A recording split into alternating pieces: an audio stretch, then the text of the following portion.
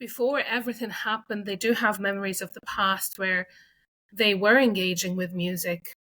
They had, quote unquote, a normal life where they did go to school, did go to music lessons, did all the activities that children do. There are joyful memories. You haven't stopped being able to sing or play music because you've went through this horrible experience. We're just giving you the space and reminder that you did have it. Welcome to Inspiring Voices, the podcast of the Sing Up Foundation. We believe in harnessing the power of singing to improve mental health and well-being for children and young people. I'm Celi Barberia. And I'm Baz Chapman. In this series, we've paired guests from different areas of research, practice and strategy to make connections and to understand more deeply the unique role of singing, songwriting and creative music making in transforming children and young people's mental health and well-being. This second series focuses particularly on how we can inspire young voices, and especially on how children and young people who have particular challenges in their lives that can affect their mental health can be supported through singing and music making. Inspiring Voices, the podcast of the Sing Up Foundation. Please remember to subscribe and leave us a review on Apple or Spotify. It really will help us to get the word out. Thanks for listening, and now on with the show. Thank you guys so much for coming. Welcome to Inspiring Voices. I'm Celi Barberia, and I'm joined today by my colleague Baz Chapman and by our two guests, Dr Hala Jaber, who's a postdoctoral research fellow at Mary Immaculate College in Ireland. She's also a community musician and a flautist, and she's particularly interested in focusing on integration and the social impact of celebrating people's cultures through music making. So welcome, Hala. Thank you. And also Jim Pinchen, who's from Surrey Arts. He's the inclusion manager at the Surrey Music Hub. He's also a composer, facilitator, international trainer, and he has a particular focus as well on working with young displaced people. Welcome, Jim. Glad to be here. Hi. And Baz, would you like to say hello? Hello, everyone. Celi and I jointly run the Sing Up Foundation and are co-hosting this series. I should also add that Hala was the lead researcher in the literature review and the collection of case studies that we've recently commissioned. And that is called Then the Dreams Started to Be More, Singing and Music Making with Refugee Children and Unaccompanied Minors, Insights from Research and Practice. And Surrey Arts and Jim were one of the case studies which was featured in the report. Hala, do you want to just introduce a bit about the report and about the work that you do?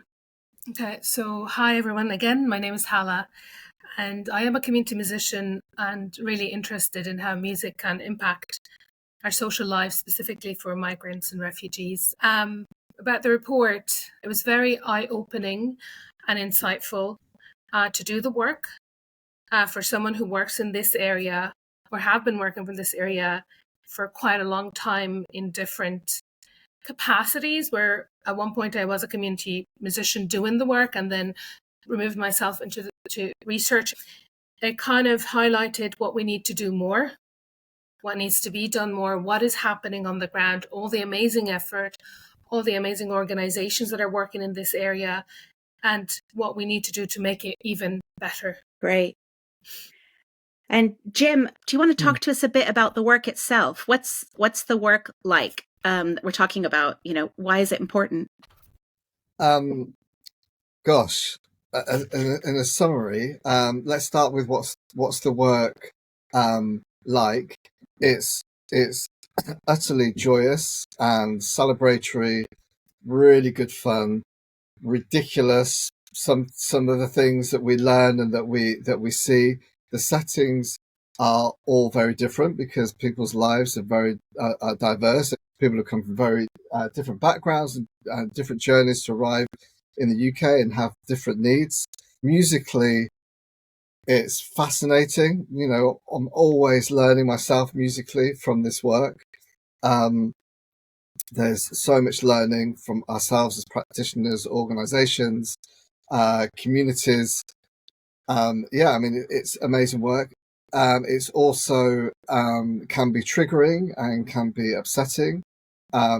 It's always political, whether we try to keep politics out of things. It just comes into everything we're doing. I think, we live in a world that's changing all the time, but people are seeing their local communities change, and people are arriving in new communities. And I think some voices on at all extremes are quite loud, and sometimes in that vacuum, people aren't really speaking to each other. So I guess music can just be this brilliant tool to cut through all of that and create a safe space for communities to come together. So I guess in a nutshell, that's the kind of why the work's important. And Hala, please feel free to step in. We really want this to be a conversation, so step in. Okay. No, I completely agree with Jim. It is, there's so many complexities to the work. It's not just the music making that dominates the works. There's, as you mentioned, the political side, which no matter how much you don't want it to influence, it does. There's, when you're working in these diverse communities, there's a cultural side, the traditional side that comes into play. There is the situation of the families itself, which as a musician you have no control of. You may not even know what it is, but it comes to play and impact the children that are coming into the space. So I do agree with him. There's a lot of different factors around that little music making hour that we addressed. Yeah. And I wonder, because I know that Jim is really keen on using the word displaced instead of migrants or refugees. Mm-hmm. And I've actually, it just might be really interesting for us to talk about that language first. Well, like in a way, I recognize that, it's sort of not my place to say what language is used and what isn't used. That's the same when it comes to ethnicity and disability, and recognizing, I'm a white, cisgendered, able-bodied English guy. So just to preface that first. So this is not just my thinking, but myself and a team of more diverse people and more diverse experiences. And we talk a lot about these things. And perhaps within this sphere, there isn't the guidance that there is, I don't think, with other areas such as ethnicity and disability and other areas of inclusion and protected characteristics. However, our thinking as a team, as a group of people, is that some of these words are really loaded, that words are factually correct, that, we see words like migrant and immigrant used with images that are really can be quite destructive in the press. So, and also what we've seen is the word refugee used just really widely. And actually, refugee is an experience. It's not a characteristic or a lifestyle choice, or, it's an experience that someone's been through. So language, feels important. And all of us on this call will know through our work, the experience and the journeys and the opportunities are really different when someone has refugee status and residency than someone that's waiting and perhaps been waiting for 2 years as an asylum seeker. So the knowledge of what those terms are really important, because it allows us to humanize that person and their experience and what they might be needing and what might be appropriate and what their current situation is. So it's not necessarily me saying, don't use this word. It's not my place to say that. Yeah, of course. However, it's just recognizing that some words, because of how they're used, are less helpful. So I just found that displacement is sort of widely understood. And then, Celi, we've gone through a big process of writing a funding application, and there is a different language that we might use in the funding application where it needs to be really explicit and understood, than to something that's about that we want far less labeling for communities that we're trying to encourage onto a project. So there's nuances around language, but just some thoughts on that. No, for me, language, this is like a sword with two edges. One is good, one is bad. I I feel if you kind of say this is a refugee, this is an asylum seeker, this is a displaced person, this is a migrant, you're labeling people and putting them in a box and kind of defining who they are instead of saying, you tell me who you are. And, even working with children who might be second generation, they're born in Ireland, they grew up in Ireland. So, what's the correct language, which is always a bit vague, and you may accidentally use the wrong word because they don't identify as refugees, they don't identify as migrant, they're born in the country and they see themselves as their peers. So, but this language is needed for, as you mentioned, Jim, funding applications or when you're reporting. And I think it's useful, the language is useful for our kind of work to understand the situation the family or the child is in at the moment. Because if you say a migrant child who just migrated under quote unquote normal circumstances for education, economic reason to the country, their situation is much different if they're still in the asylum hotel, waiting, living in limbo. They could be moved anytime, they could be deported anytime, or a child who has a refugee status, and what support does every child? Are they in main school education? Are they not?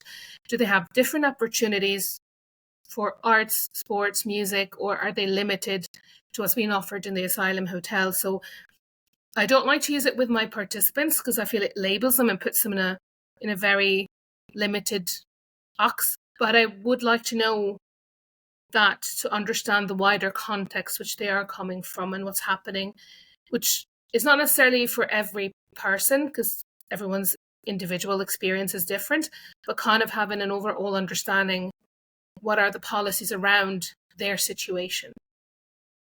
Yeah.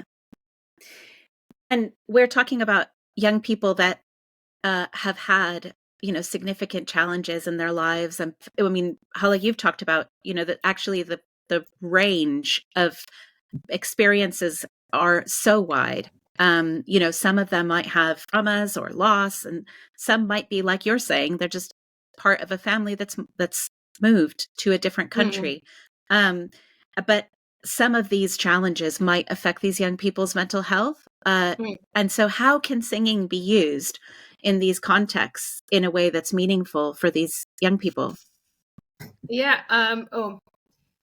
This is a very, very big question, Celi. It'll take us days to answer. There are ways that singing can be amazing for children's mental health and well-being. And there are ways that singing can be detrimental to children's health and well-being. And then it's a fine line, especially if you previously know what kind of trauma the child might have gone through or what hardships the child might have gone through. Or are they, alone? Are they with their family? Have they lost one parent? Did they come from their country of origin to UK or Ireland immediately, or did they stay in a transitional refugee camp somewhere? These are all kind of nuances that we need to consider when we're using music and singing. It has been proven that singing does give you endorphins and makes you happy and makes you relaxed. And also, this is something I'm discovering currently as well. It's not just the aspect of singing, it's the breathing that comes with the singing. When you do breathing exercises in the beginning, when you're kind of all breathing together as a group, making a sound as a group, knowing that your voice within that group is important. Singing as an act is great, but also it's the implication around the singing is opening the space in a non-judgmental, safe area where the child can sing. In my work, I'm not always looking for perfection.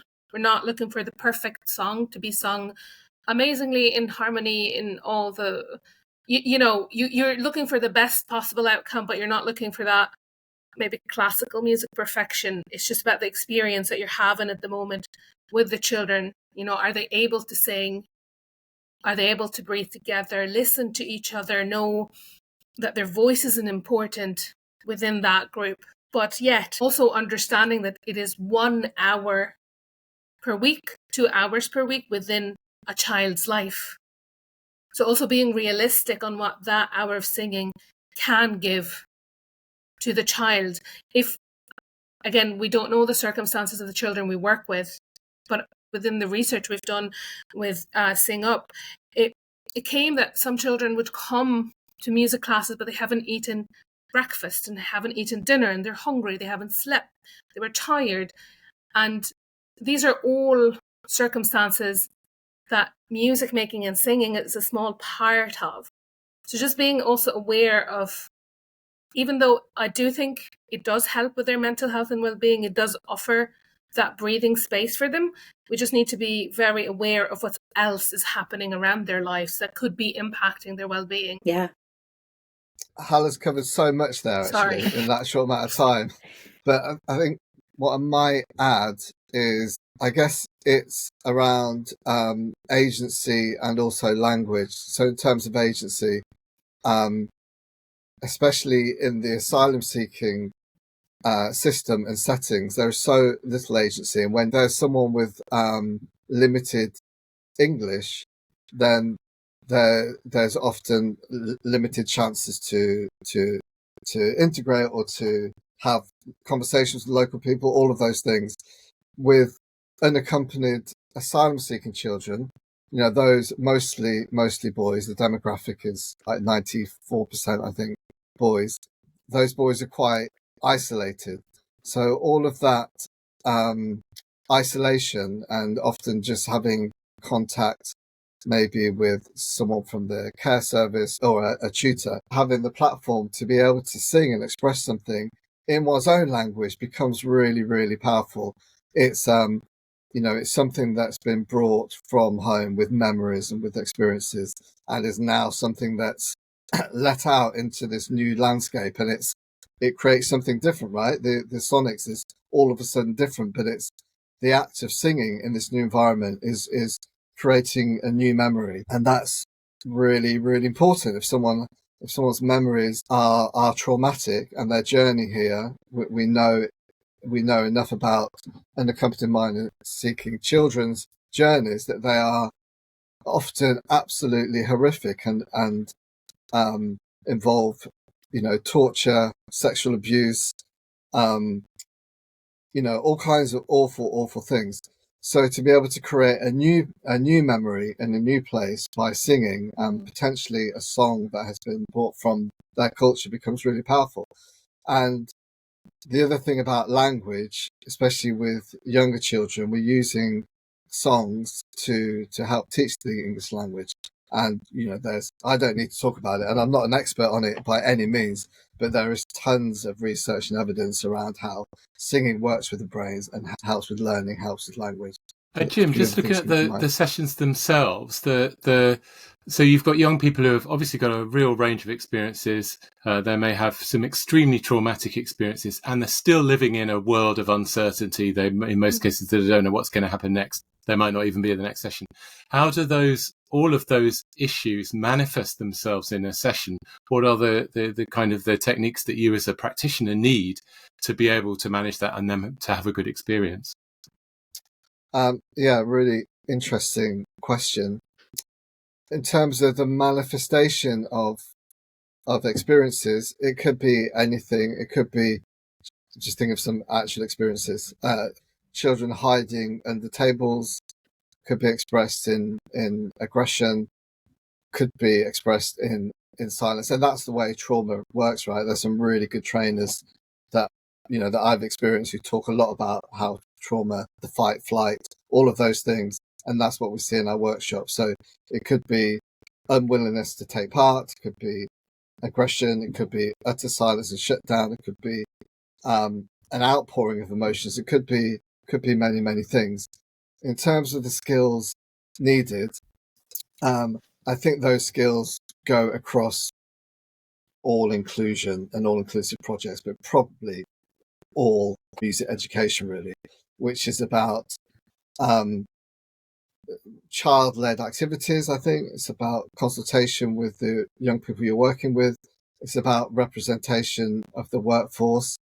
this isn't quite answering your question. It's sort of going around a little bit, I know, around some bigger topics, but I really think it's that balance of, encouraging, but understanding that someone watching or someone being quiet under the table out of view is active participation.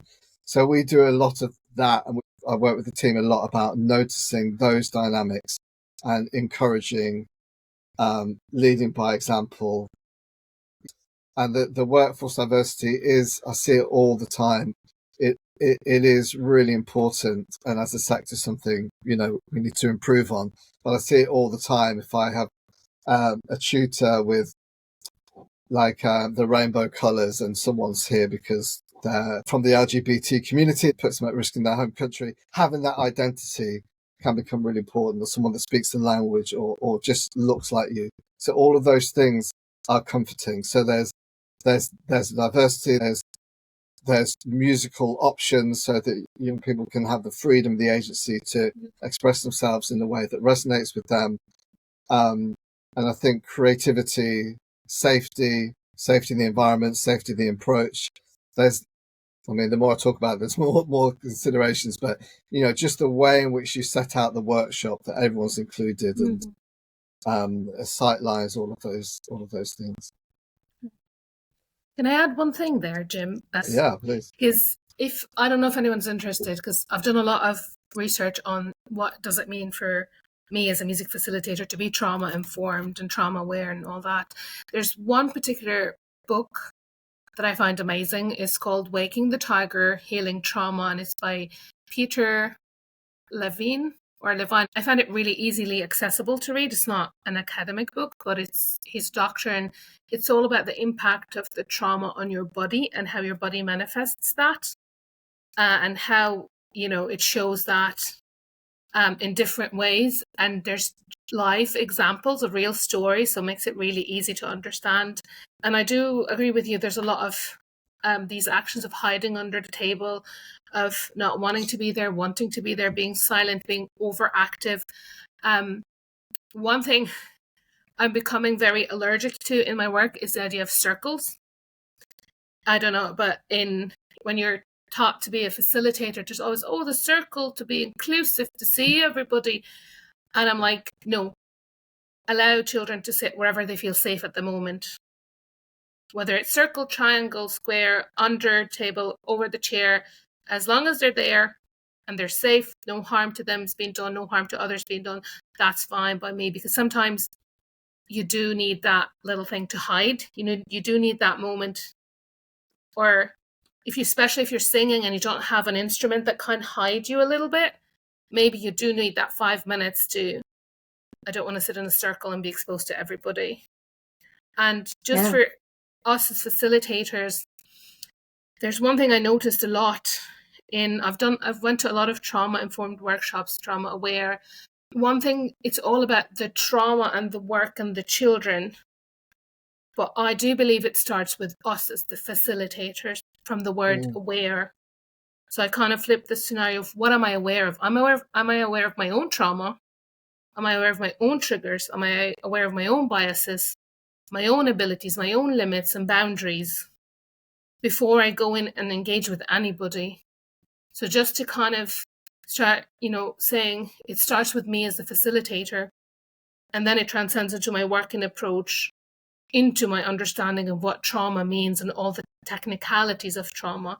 But I find that we sometimes, I'm not generalizing for everybody, but it's a lot of time it's the awareness of the facilitator of themselves is kind of skipped, and everything is moved into the work. But if I'm not aware of what I am doing, how am I going to be aware of my work? Inspiring Voices Interlude.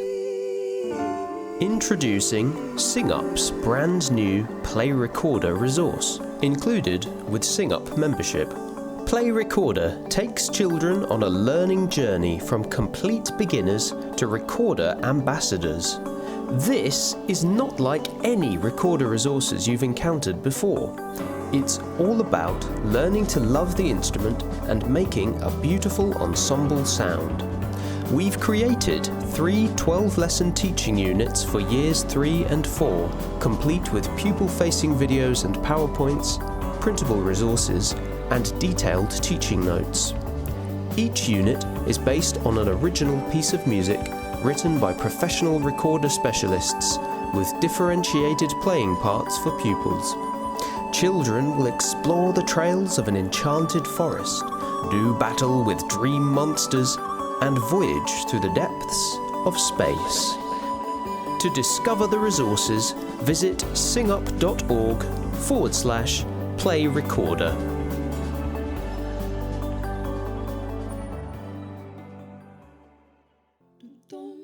On with the show. And actually, that's something I know we've talked about a lot together, which is this issue around how important it is for the workforce and the music leaders to be supported in their work, because sometimes they need the reflection time. So how do you make space for that? What kinds of things can you build into your facilitating to be able to protect, yourself? So how do you do that? Well, I just want to first say thanks, Hala, for that point about just jumping back to the circles.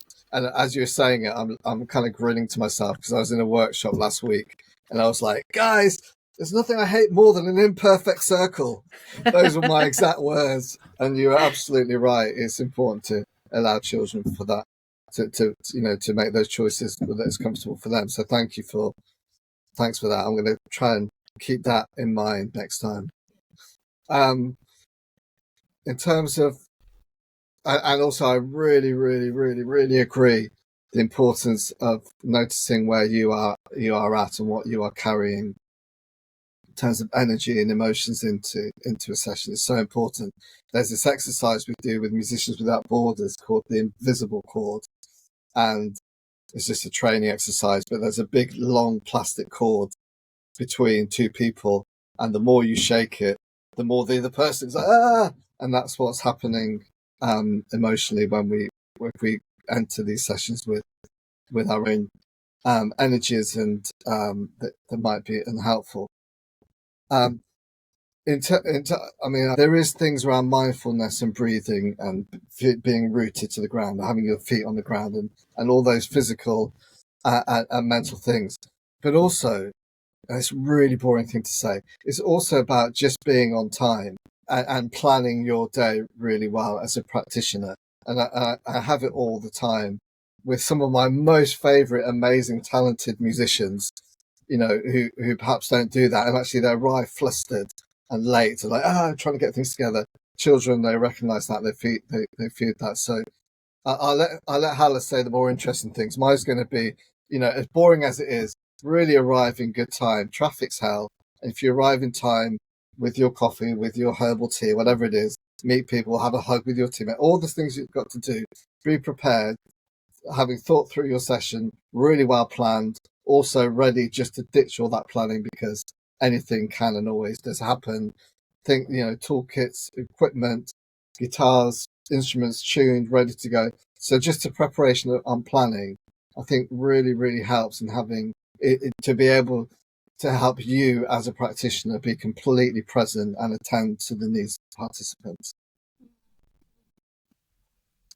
I don't know if what I have to say is more interesting. I just think it's just a different angle. There's a couple of things that come to mind in addition to what Jim says is if you can work in teams as a practitioner, that's always great. Because as Jim said, you can meet the team member before, have a little chat about it. You can have also debrief after the session. You can also play like a ping pong where you're facilitating, they're observing what's happening. Then they're facilitating, you're observing what's happening. I did work one time in a team where my team member was actually a social worker and was not a musician. And they were there as an additional support for the children. And if any child had a mental breakdown or any kind of episode, then they have dealt with it because they knew better how to deal with it than me. We were working at refugee camps, so a lot of these kind of tensions. So that was really helpful to have a team member who's not a musician, who's a social worker, who comes from a different angle in the observation. Sadly, that's not always the reality, and we can't always work with team members. And even more sadly, we don't always have supportive organizations. Some organizations are great for support, but not all of them, if I can say. And it could be due to funding, could be due to time restrictions and resources. One very important thing is self-care for the practitioner in these situations. And self-care in this context is not just when you're working in the context. I've learned this from a trauma therapist, and I really like it. I'm not good at it, I'll have to say. I don't follow it, but I think the idea is perfect. It's just to have routines of self-care embedded in your daily life. So make sure you're eating well, you're drinking water, you're sleeping, you're exercising, you have a social life, that there is a balance. So when you go in these complicated settings, which do take a lot of energy, that you are well able for it. And it's not just taking care of yourself at the moment or after the workshops, or it's embedded in your life. And it could be something as simple, and this is something I used to do. I'm a geek, I know. I love jigsaw puzzles. People thought I was weird, but for me, that 30 minutes after I'm finished work, before I interact with anybody, to just do a little bit of jigsaw, that kind of calmed everything down for me.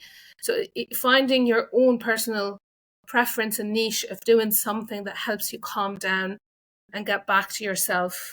Some people say driving back home, listening to music, going for a walk. So everyone is a little different in that. And it sounds, do you feel like with this sort of work, you really do have to make sure that you make that space for yourself? Yes. More than you would do with other work. Do you think so? Yes. I'm going to be a bit mean, just a tiny bit mean. And I do not mean it in a mean way, but this is the reality of what I observe as well. I'd say 90% of the facilitators, I don't know the real statistic, but the majority, at least here in Ireland and what you observe, are of white middle class European people, which is it's not bad. I'm not saying it's bad, but what that kind of indicates to me is that, are they really aware of the experience that these children have gone through?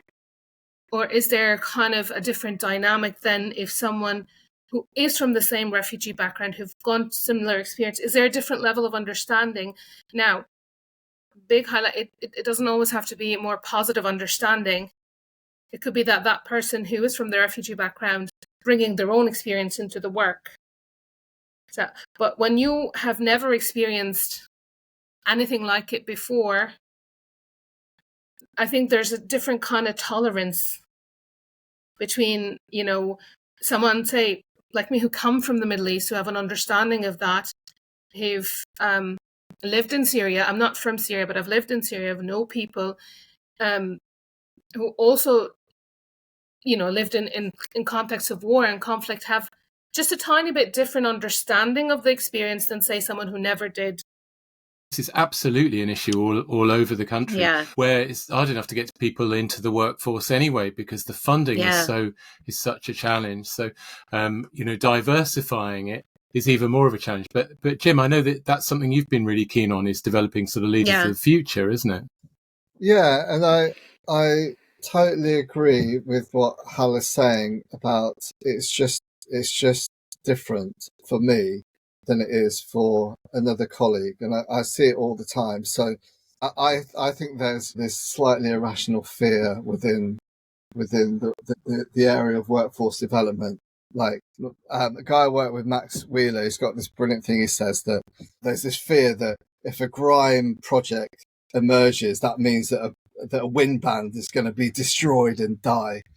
And I think there's a bit of fear and protectivism around, particularly around ethnicity, I think, in terms of the workforce. And so I'm really passionate about mixed workforce, so that everyone's learning together and supporting each other.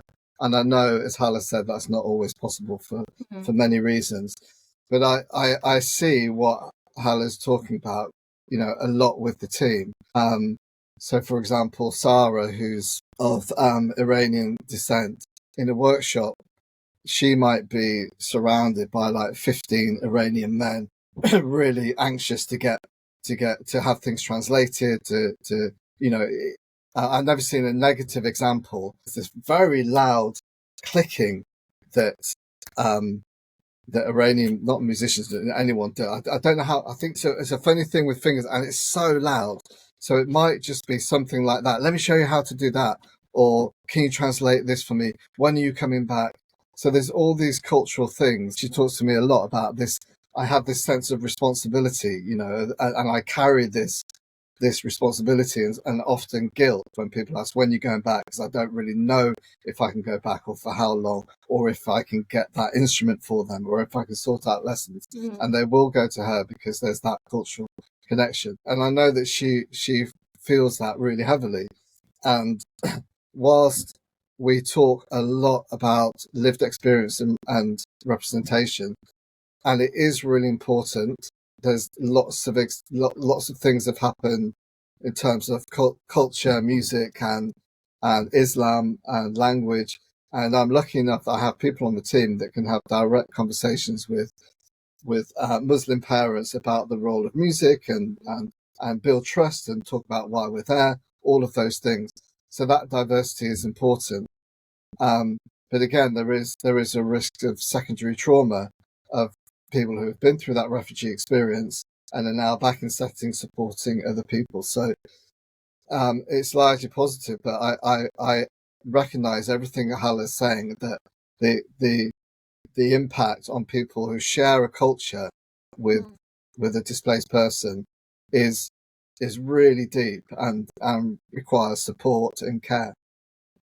And Jim, you've also been doing some work on developing the young leaders. So from the young people that you are working with too, you also have been working on helping them to develop their own skills. That has happened to a lesser degree with younger people. And part of the reason for that is again, we said right at the start of this call that things are political, whether you like it or not.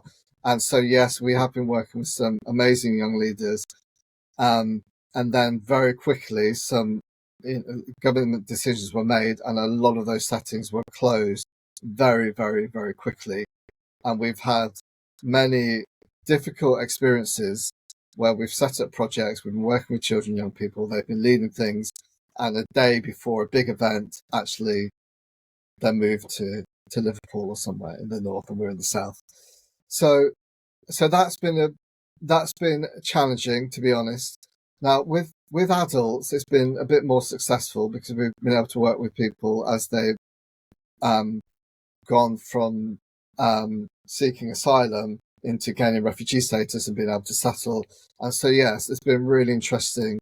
And we have a couple of gentlemen who we got some equipment for them for their hotel, and we gave some workshops and skills in leading workshops and teaching music, and then they gave lessons. And there's some of those people who now work with us on projects and are going through DBS and all of these things. It's a really interesting, important part of the job that I didn't necessarily expect. But navigating, it's complicated for a British born or a native English language speaking person. So, but going through a DBS, you're safeguarding, making sure you've done your prevent and FGM training, how to send an invoice. I heard once, I don't know if this is true or not, but the word invoice doesn't actually exist in Farsi. So we had some brilliant, quite funny interactions with translators trying to help. But yeah, when that happens, we are all the more enriched for it. So we do have some Iranians, we have some Syrians, we have 3 or 4 Ukrainian musicians now working for us and teaching music to children and young people. And we as an organisation are absolutely enriched by it. And it's not, like I said, this thing about fear, it's not like they're taking anyone's job. They are just doing literally what only they can do. And what kind of advice either of you, what advice would you give to someone who wants to work in this area? Depends on who that someone is. I the advice is I'd give them is first sit with yourself and ask yourself, why do you want to do the work? Your reasoning, your passion about this work or not. And I hate to say it, but it does come sometimes that people do it because that's the funding opportunities that are available at the moment. And I've seen it happen, and not like, again, not the best thing to say, but I've seen it happen where they apply to work with refugees because that's the funding mainstream at the moment. And then in 6 months, you see them applying for a whole different set. And I'm like, so just sit down and actually know why you're doing this work and your reasoning, your motivations for doing this work, because this is not walk in the park. It's an amazing when you start doing the music. The music itself is a walk at the park, but everything around it is not. Identify who you can ask for help in terms of logistics. If you're working on your own, because I do recognize the UK is a bit different, but in Ireland, a lot of the people work solo. So kind of identify your support system around you, musically, mentally, everything. Be realistic in what you're offering, because Jim, you pointed on something very important. When people know you're from the same culture or you speak the same language, they will come to you for more help and more issues that you have no control over and you have no authority on and you have no understanding of. So just be very, very clear, be nice to them, be in relation with them, but you're not their best friend. If that makes any sense. There isn't that friendship relationship. There's kind of still a little bit of a boundary. So know your boundaries and stick to them. Even though you want to help people, just acknowledge that. Yeah, I think that's logistical advice. Yeah.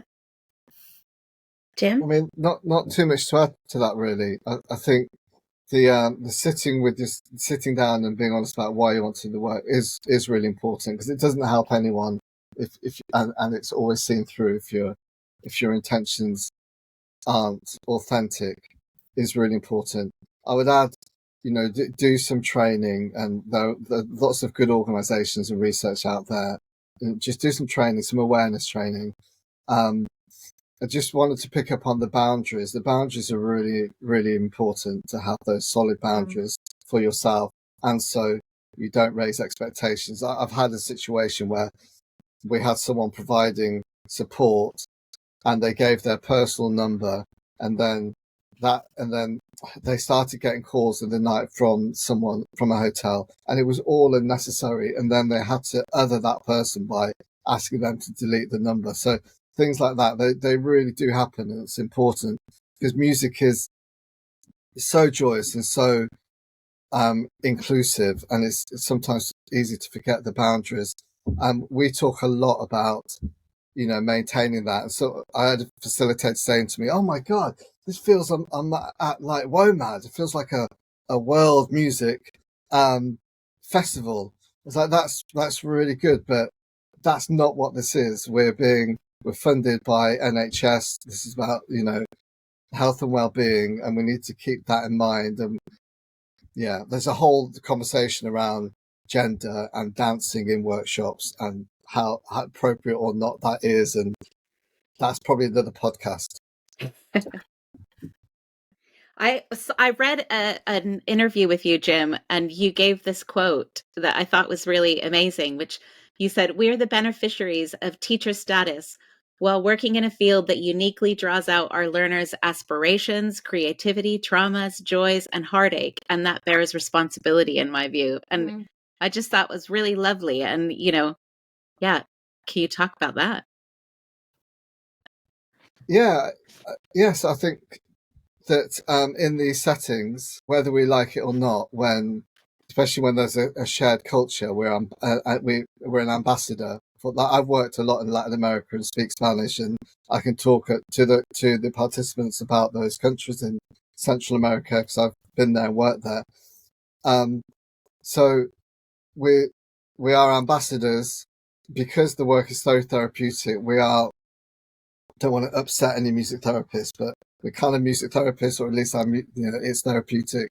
We're also, once we go in with a name badge, we're also, because Surrey Arts is hosted or part of the county council, so we're also council workers. So we also have political links.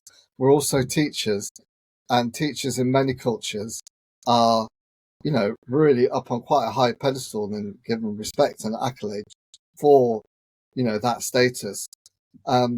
So we carry all of those identities with us into these environments, and I think that carries a responsibility. And in that context, the boundaries that Hala spoke about are also really important, because we are, and we're also not those things. Well, while we're on delightful quotes or things that people have said, Hala, I'm wondering whether you wrote this. There's a conclusion to the report that includes this sentence, if I could just find it: finding space to be creative and express within this context helps connect memories of the past with the ability to imagine a future and move beyond the momentary to the possible. Do you just want to say a bit more about that, particularly about memories of the past? Because in this context, I guess we fix upon those being negative things. I can't take credit for writing this alone, because we've written the report as a research team. I think, again, this comes to a point where it was raised in the very beginning of labeling people, and you say refugee children or asylum seekers. There's always this idea that all their life is horrible, but then before everything happened, they do have memories of the past where they were engaging with music.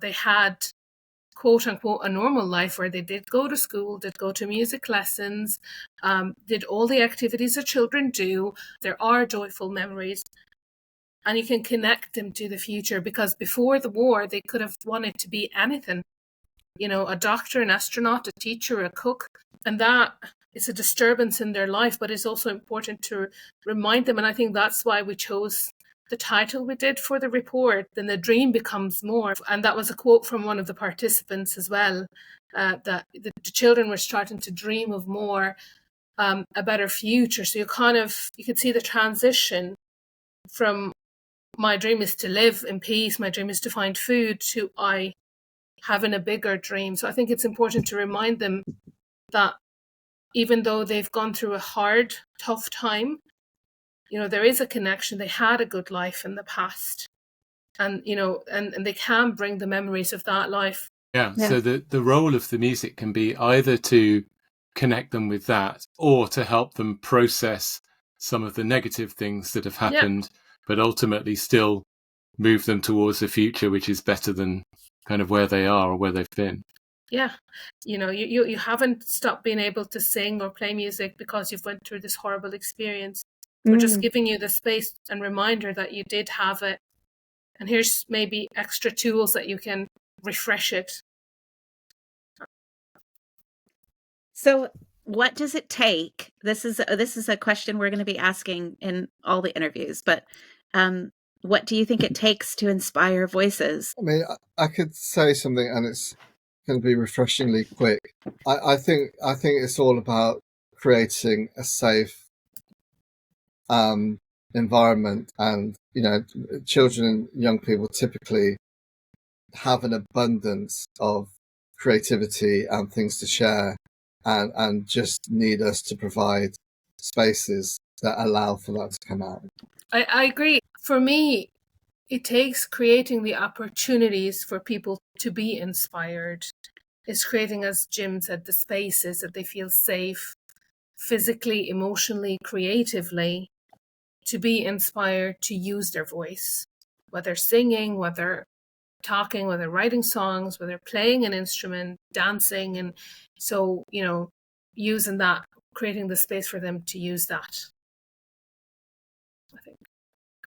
You've reminded me from, I think, speaking with other podcast guests about that thing of, these are different journeys for different people. For some people, actually using their voice at all is a massive breakthrough. because the voice can be a very exposing thing, can't it? Whereas for others, it might be creating and performing a song which helps them process, the trauma that they've been through. And so, looking at impact and outcomes and success is really challenging in a transient context anyway. But, it's remembering that each individual is different and the amazingly profound effect we can have and not always realize we have had it. Can I ask a question about quality? I just wonder what your thoughts are about musical quality in this context, and perhaps also what the role of performance is, particularly if you're working in a sort of an uncertain field and you're not quite sure who you've got when. That's a tricky question now, Baz. At least for me, because I do believe that children, when they see that they're able to perform to a high standard, that they're able to produce something really nice, really of high musical quality, that's really a positive experience for them. Yet there needs to be a balance, especially in these, when you're working in context, as you mentioned, you don't know who's going to be there. When are they going to be there? Do you have all the children all the time? Do you not? Who's coming in, who's going, you don't know. So there needs to be a balance between the focus on the process of the music versus the expected quality. If you're having children there every second week, just not putting such high bar expectations of what the quality should be, but that doesn't reflect on the reality of the situation. So a balance between those, but always striving to the best possible outcome, because it is a positive experience. Performances can be tricky. I find it also tricky if you're working depending on the gender of the children and their age and what their community and culture says about that, because sometimes children, especially if they're female from Middle Eastern regions, are happy to be in the workshops, but they won't be on stage. So what I do is I give the opportunity for performance if the group wants it to be. In my work, is never mandatory for the group to go on stage. If they want to be, if they want to work towards a performance, amazing, we'll do that. And if someone says, look, I'll come to the sessions, but I'm not comfortable with the performance, but the majority of our group wants it, and that child can come to all the music workshops, but not come to the performance, and that's fine by me as well. So it's always negotiating the expectations versus the reality of the situation. Jim, what do you think? Yeah, I mean, predictably agree with Hala with all of that. So not tons to add, but I found that performances are important because, this conversation, a lot of the discourse is around supporting displaced communities. However, I think host communities, also need to be part of that picture of needing some support. So integrated performances feel really important. As I said right at the start of this conversation, and we've done some with mixed successes, I would say. Like being really honest, from a photo point of view, it's brilliant because all of a sudden these events that were typically very Western classical white middle class events are a sea of diverse faces and there's hijabs in the room and there's songs in different languages all of a sudden. So on the face of it, it's really positive, and there are lots of positives from that for all involved. There's still much work to be done with our own workforce or with the sector in terms of understanding what quality is musically and what quality is in terms of experience. But performances, they feel important in our work, or if not a performance, this goes back to Hala was saying, that it's what that community, those group of participants want. And sometimes it's a recording, sometimes it's a little showing to family. So whatever that is, but something to aim towards that is of high quality and aspirational. In terms of how to get there musically, I think there's different approaches, and I know some fantastic music leaders that are very much, this is the children, this is their moment, they're on stage. Our role is to support them and then stay away. And I get that. However, I also think there's something really aspirational for those participants, whether they're children or new to music making or not, to be performing alongside their mentors. And I've seen that as a lot actually in this work, that it's really inspiring to be on the same stage, on the same platform as really inspirational musicians. So I think that it's okay to have professional musicians playing alongside people who are new to it. It also does raise what's happening musically in terms of quality as an added bonus. And also I should say thank you, Youth Music, for making this stuff possible, because these performances are pretty expensive and they need us to be able to support transport and like lots of logistics. So we wouldn't be doing this without that funding. But so there's different techniques. So it might be if there's 5 guitarists, that some of those guitars are pre-tuned and they might have dots on them, so that's really accessible. And there's someone who actually has learnt guitar and they will have a normal tuned guitar, and so every participant is challenged to the level of their ability. And that will be the same for singing, that'll be the same for percussion, that'll be the same for other instruments. So it's in the planning and it's in the repertoire and how that repertoire is pulled apart for different abilities. And I think that's similar to any mixed ability group. And the final question for everyone in all of our podcasts is, what's your most inspiring vocal moment? I have one, but it's not vocal, but it's not singing. That's okay.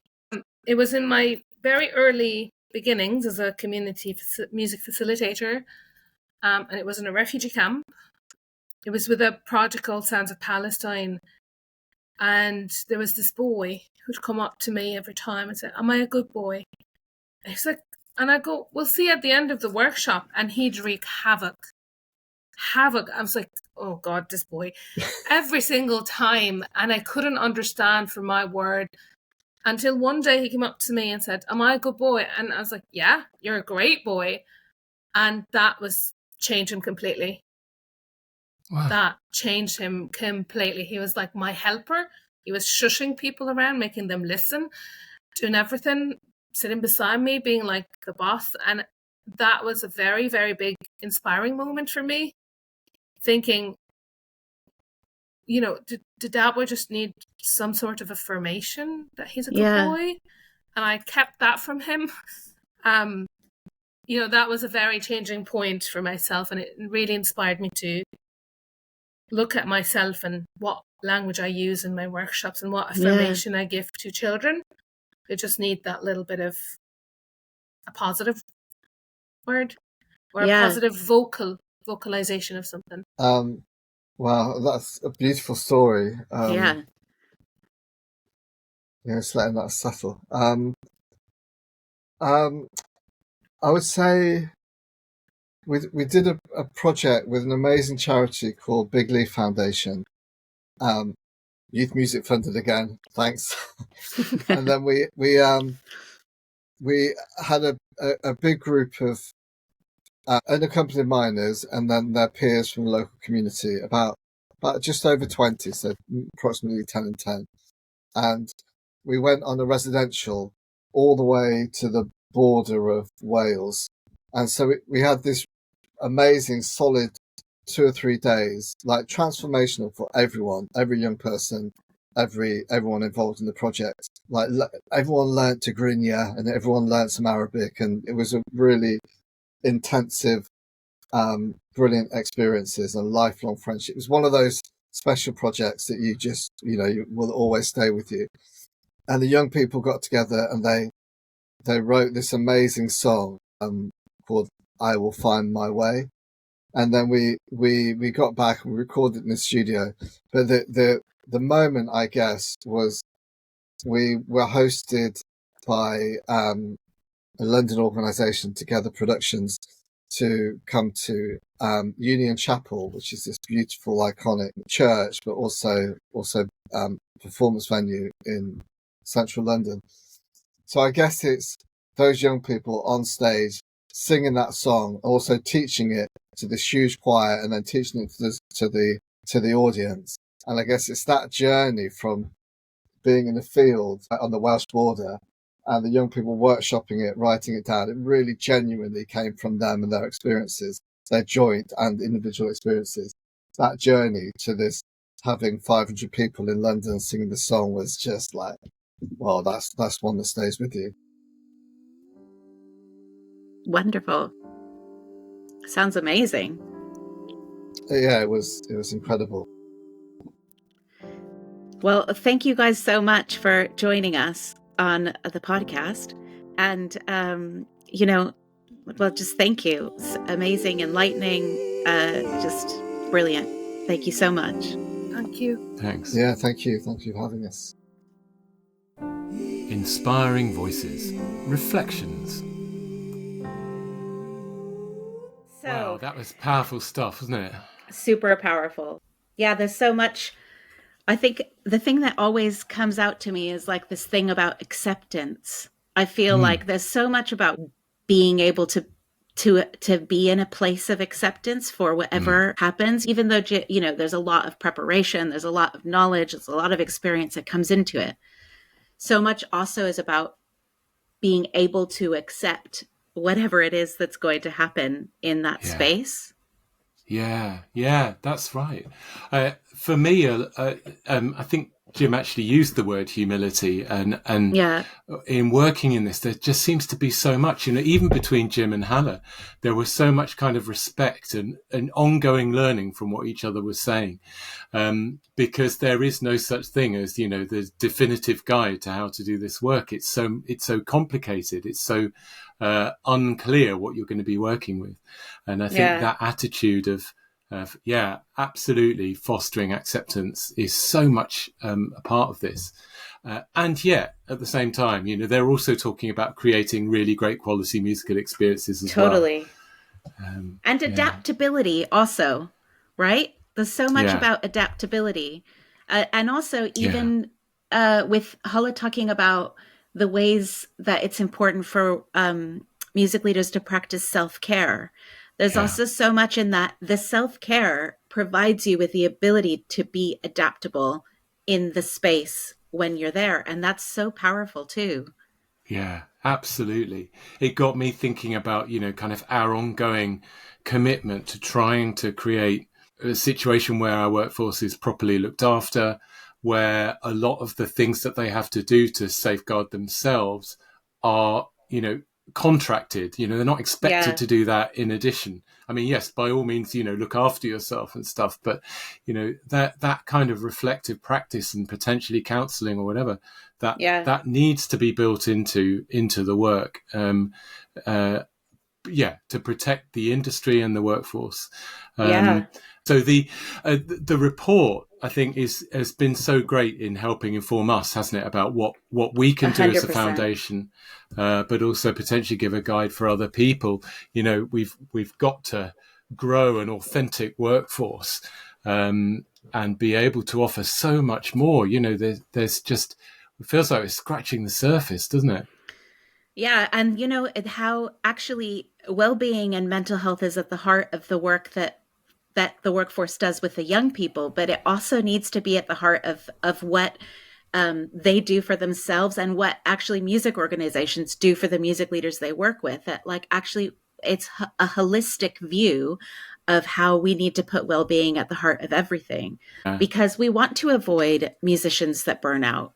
Because it can be, like Jim said, like Hala said, really emotional and challenging work. Yes, and then you can get to, it was really interesting. Jim started, by saying that the work is joyous, and that's what we want. We want that experience of you're going to be working with young people who have had some of the worst possible experiences, but that you can create experiences which are absolutely joyous for them and for you. And I guess, that's what we're striving for, isn't it? Yeah. And in order to continue being able to do that, you have to be able to take care of yourself. Yeah. Right? Yeah, that's right. Yeah. And it really does, again, make me think this whole thing about connecting through singing, that actually singing is the thing that kind of bridges gaps, that makes connections, that helps to bring people together. That's right. Yeah, and Hala said something that Aga said in the last podcast series about breathing being one of the most important things. Breathing together as a group of people is as important as the singing itself. And then the fact that singing can cut through both the noise and the silence within what those young people are experiencing. I thought that was just beautifully put. Yeah. Beautiful. Really beautiful. We hope you enjoyed this episode of Inspiring Voices. Please remember to subscribe and leave us a review on Apple or Spotify. Videos of each episode are also available on Sing Up Foundation YouTube channel. For more about us, and to access our library of resources or to donate to support our work, please visit www.singupfoundation.org. Thanks to Becky Owen and The Refuge for our beautiful podcast music, specially arranged by Becky and adapted from her song Anemone.